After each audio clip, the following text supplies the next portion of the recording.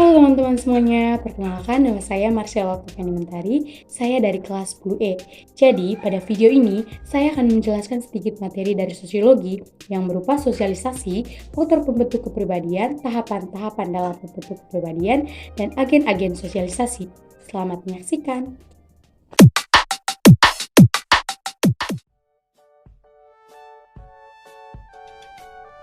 Yang pertama, menurut Charlotte Bahler, sosialisasi adalah proses yang membantu individu-individu belajar dan menyesuaikan diri bagaimana cara hidup dan berpikir kelompoknya agar dia dapat berperan dan berfungsi dalam kelompoknya.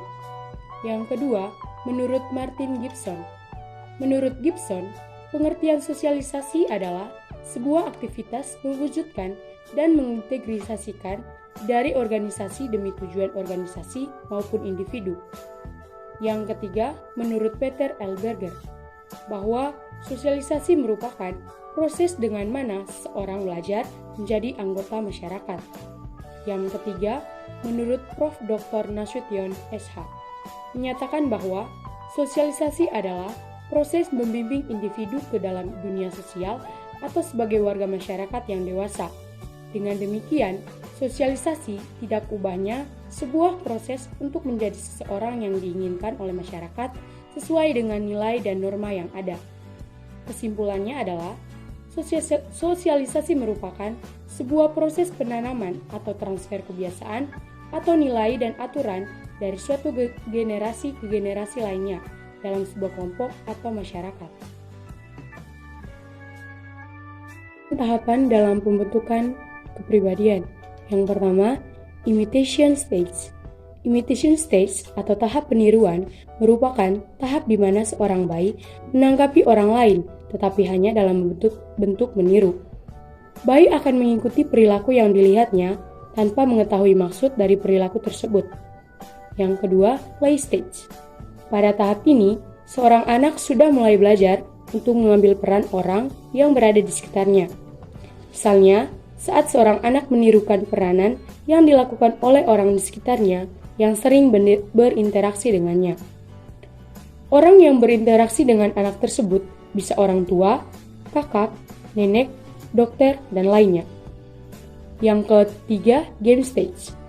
Pada tahap game stage, seorang anak sudah tahu peranannya dan juga mengetahui peran orang lain. Contohnya, saat kita bermain bola dan ada teman kita yang berlari, dan kita sedang memegang bola serta dihadapkan oleh lawan. Kita tahu apa yang harus kita lakukan, yaitu mengoper bola kepada teman yang berlari. Hal ini kita ketahui karena kita tahu peran dia berlari untuk meminta bola. Yang keempat, generalist order. Nah, pada tahap ini, seorang anak sudah bisa mengambil peranan di dalam masyarakat dan mulai berinteraksi dengan orang lain. Hal ini bisa terjadi karena anak sudah tahu perannya sendiri dan peran orang lain yang menjadi mitra interaksinya. Yang pertama, keturunan.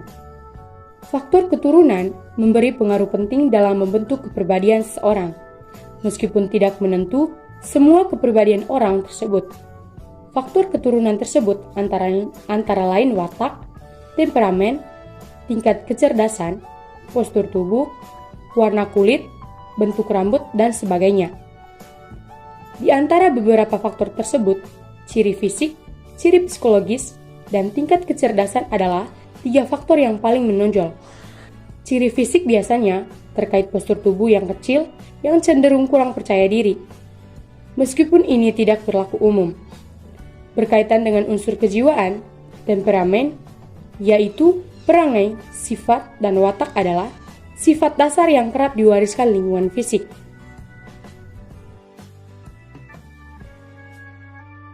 Pertama, keluarga. Pada umumnya, keluarga terdiri dari orang tua, saudara kandung, namun dalam masyarakat yang mengenal sistem kekerabatan yang luas, agen sosialisasi tidak hanya terdiri dari kedua orang tua atau saudara kandung, tetapi juga paman, bibi, kakek, dan nenek. Keluarga merupakan lingkungan pertama sejak individu dilahirkan. Pembentukan sikap dan kepribadian anak sangat dipengaruhi oleh bagaimana corak orang tua dalam memberikan pendidikan anak-anaknya, baik melalui kebiasaan, teguran, nasihat, perintah, atau larangan. Melalui interaksi dalam keluarga, anak mempelajari pola perilaku sikap, keyakinan, cita-cita, dan nilai dalam keluarga dan masyarakat. Yang kedua, kelompok permainan. Pada tahap ini, anak memasuki game stage, fase di mana ia mulai mempelajari aturan tentang peranan orang-orang yang berkedudukan sederajat. Dengan bermain, ia mulai mengenali nilai-nilai keadilan, kebenaran, toleransi, atau solidaritas.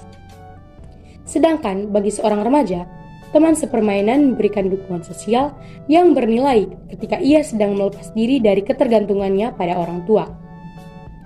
Dalam sepermainan di lingkup remaja, anggota-anggota baru dengan cepat disosialisasikan dengan simbol keanggotaan kelompok, seperti gaya berpakaian, penggunaan barang-barang, dan pola tingkah laku tertentu.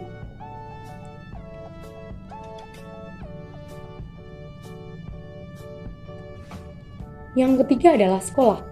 Sekolah tidak saja mengajarkan pengetahuan dan keterampilan yang bertujuan mempengaruhi perkembangan intelektual, tetapi juga menanamkan kemandirian, tanggung jawab, dan tata tertib.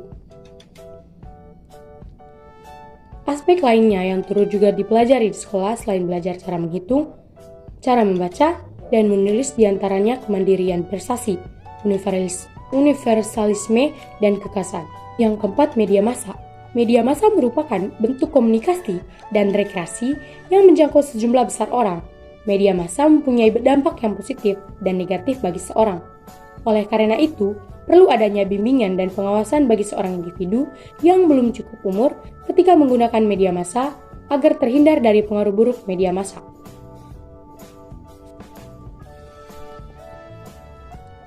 Yang terakhir adalah agama.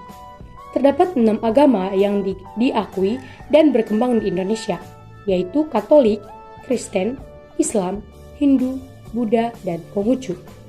Setiap agama memiliki aturan dan tata cara sendiri dalam beribadah karena setiap agama memiliki kepercayaan pada masing-masing. Namun pada dasarnya, setiap agama mengajarkan kebaikan dan menanamkan perilaku yang sesuai dengan norma yang seharusnya. Ini merupakan alasan agama merupakan bagian dari agen sosialisasi. Oke teman-teman semuanya, mungkin itu saja sedikit penjelasan dari saya. Semoga apa yang saya jelaskan tadi bisa bermanfaat bagi teman-teman semua.